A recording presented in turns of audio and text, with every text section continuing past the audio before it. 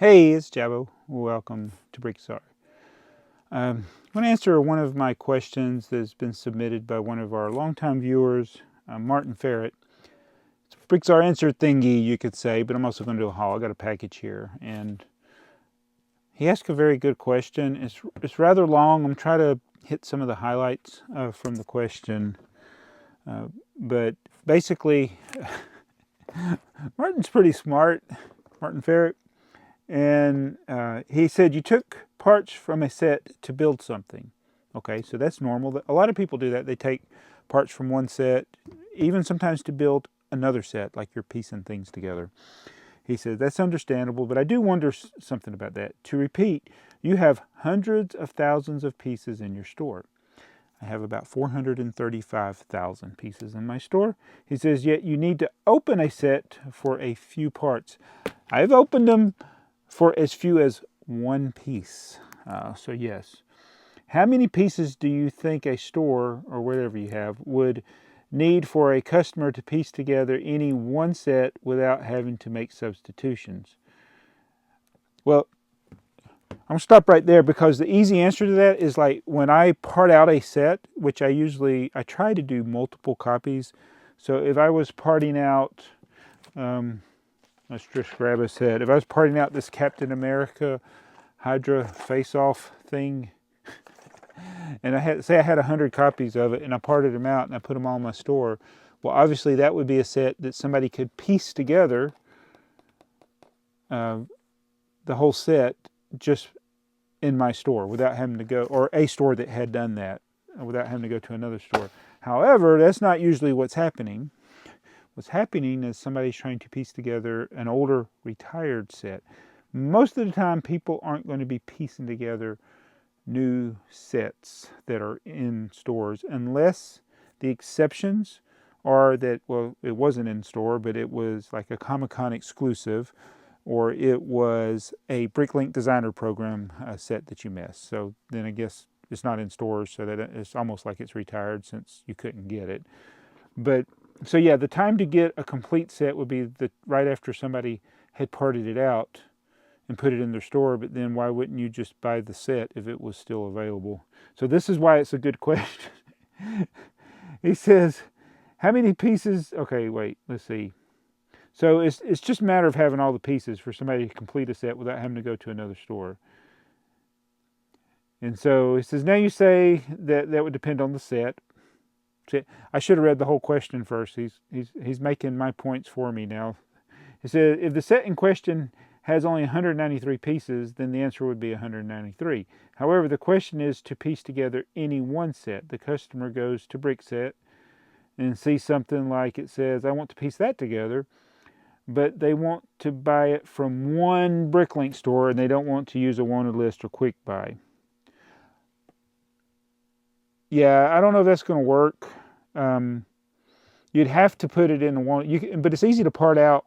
Like if you wanted one set, you'd have to part it out into a wanted list. You couldn't just go search parts only from that set in that store. I can do that in my own inventory, but I don't think a buyer can do that in a store. And that's a feature I really think, well, if it's there, somebody let me know in the comments below if you can go to Bricklink and you're searching a store and you don't have any wanted lists. You have no wanted list, but you wanted to see all the parts from one particular set that store had. Now, I know you can look for parts that are exclusive to a set. Sometimes they have the set name in the description, but can you go to a store and I want to piece together, let's do something I've already done, like the cafe corner. I want to do, what was that, 10179? I want to search for all the parts from 10179 in that store without doing a wanted list. I know I can search my own store that way, but I don't know if buyers can do that. I don't know if I've ever been able to do that. So the customer judges a store by the quantity of their respective inventory. So he said a store could have like 1 million pieces or almost 2 million pieces, but not have the parts from that set, whereas another store could have only 5,000 pieces and have the parts from the set. So literally, if it was a 193 piece set, you could go to a store that had 193 pieces and they were all from that set because somebody just parted out that set. So that would be the minimum, right? So it's so it goes on to more. I'm not going to go into all of it, but maybe I should. I don't know. He said, let's complicate things a bit. Say the store has one of every known set parted out. That's not going to be possible. But after all the sorting, it is discovered that a piece is missing, and it isn't known what or which piece it is. The store owner decides to purchase more inventory so that in the exceptionally unlikely event that a customer wants to piece together a set that needs that piece, the store owner would have it available. It's just okay. Now we're getting into the ridiculousness. It's the hypotheticals. It's a fun thought experiment, and so I'm not going to read the whole thing. But if a store had one of every piece ever made, then anybody could piece together any set, but it would only last for a split moment. So it's like stores. You could strive to keep your store, like if you knew people were piecing together a green grocer, I want to keep my store stocked with pieces of the green grocer. Well, it's not going to happen, because as you add those pieces, people will buy them. And you could even take, let's say, like 20 years from now, people are trying to piece together a set that's readily abundant, except in Australia, the 501st Battle Pack. They're trying to piece it together. There's so many people that have parted that out. There's a lot of it out there, but any store, it's very unlikely that a store will part that set out and then still have all the pieces to that set later. So that's not the way I view Bricklink, like selling and or buying. Like when I part out stuff into my store, I hope it sells, but I also expect that somebody's not going to want every piece from that set. They're probably going to want just a piece or a lot of pieces. That's why I like to part out multiple sets. So I'm not worried, like, because some of these sets that I've parted out multiple times, it's like the Friends set, I rarely ever have every different piece that's in the Lego Friends apartment, or not the apartment, it's the Central Perk set.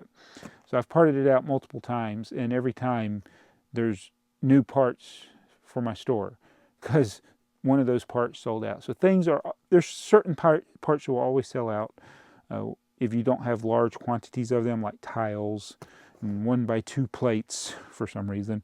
So it's an interesting thing to think, like, hey, I'm wanting to piece together this vintage set, and wouldn't it be easier to go to a store that had all the pieces? Yes, it would. But that person, a lot of people would just probably put it together and sell it as a set, even though they probably could get more money selling it by the piece. But then again, you're not likely to sell every piece to one person. So again, it's confusing. I think I just confused everybody with this video. But the question is it better to have more different parts or a lot of parts that are the same? That's a good question. And I think I just summarized more than what he actually meant by that. But yeah, it just depends on the buyer. There could be somebody that's trying to build a wall and they need a lot of the same bricks. Or there could be somebody that's trying to piece together a set that's got a lot of different pieces, so they need the variety. So it's a debate that'll go on for as long as Bricklink's around. Variety versus quantity. It's better to have both. Variety and quantity. But in the end, I think it's also, wait, I'm opening this from the wrong side. It's better to have minifigures. Because in the end, that's what everybody wants, is minifigures. All right, so we got a haul here. I guess it was...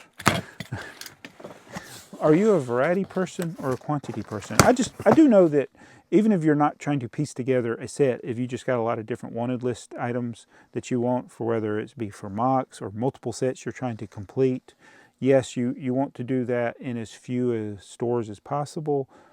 It's just not as likely. But that's why the bigger sellers, the sellers that have more variety and more pieces, they're more likely to get a purchase even if their prices are higher, because that person that is looking to do that in as few orders as possible will go to them. All right, so, I should show you this. So speaking of sets, this is a sealed set from Walmart. So I finally bought the shuttle, the Imperial Shuttle. I've been wanting to get this before, but I didn't want to pay full price. So Walmart's had it marked down. I kept waiting to see if there would be a better deal, but yeah, I got it for the 56 at Walmart. So we got that. All right, so this, okay, yeah, this is my gift with purchase stuff. All right, so Lego had a really good gift with purchase promotion. I was really pleased with this one. So we did buy it and pay full price for sets that I normally would not pay full price for. But I had to get these. I will be getting all, if I don't forget which ones I need, all of the Jurassic World sets. Oh, this is great. So we got the Gigantosaurus, I think that's, yeah, Gigantosaurus versus Charlene Theron. So that is really good. So got that. That was, but it's way too expensive. This set's like $130. And then paid full price for this bad boy. This is Pyromania versus Dolphinsaurus. So we got that. And so just with those two sets, I got the two gift with purchases, which are amazing. I think they're amazing. Oh, this one's got ducks. This one's got ducks in the ring. It's got the ring game. Oh, wow. So we got carnival games and we got a space set here. Wow. Oh, and he's got a, look at that. It's got a space. I got to build this set. This is classic space guy. Oh, this is great. And this says Lego Ideas. So this is a Lego Ideas set. Oh my. I'm glad I did this. I would have hated to miss this Lego Ideas promotion. So Lego, I know you hear me, okay, I'm talking now just to the Lego guy that's watching. Wait a minute, there's probably nobody. That's nobody then. But I know I complain a lot about things, and I know I hate the VIP program the way it is. I want it to go back to the way it used to be. But despite that, despite the things that I complain about, I do got to, it wouldn't be fair for me not to mention the things that you got right. This is an amazing promotion, and you didn't limit it to just one. So a lot of times with these types of promotions, I like to have two of them, and a lot of collectors like to have two of them. And it's like, why don't you make enough for everybody to get all that they want? So I think that's what you did, because last time I checked, you could still get these. So to me, that's a good promotion. So I get one to build and one to keep sealed. I like to do that with these types of promotions. So that means I'll be getting another box in the mail, unless they cancel my order like they did with the last one. Well, I should wait till I get the other one before I start singing the praises of Lego. But no, either way, this was a good promotion, and it was worth it for me to pay way too much for this set, since I could justify it that I was getting this for free. Well, it's not really free because I paid all the money for that. I'm talking myself down off of the praise for Lego. No, I better not. It was good. These are great. I love these. All right, I'm gonna go and look at what's on my Bricklink wanted list. I got some things coming. Can you guess what I bought? It's one of any of the millions of different pieces available on Bricklink. See if you can guess what I bought. It might be a tipper.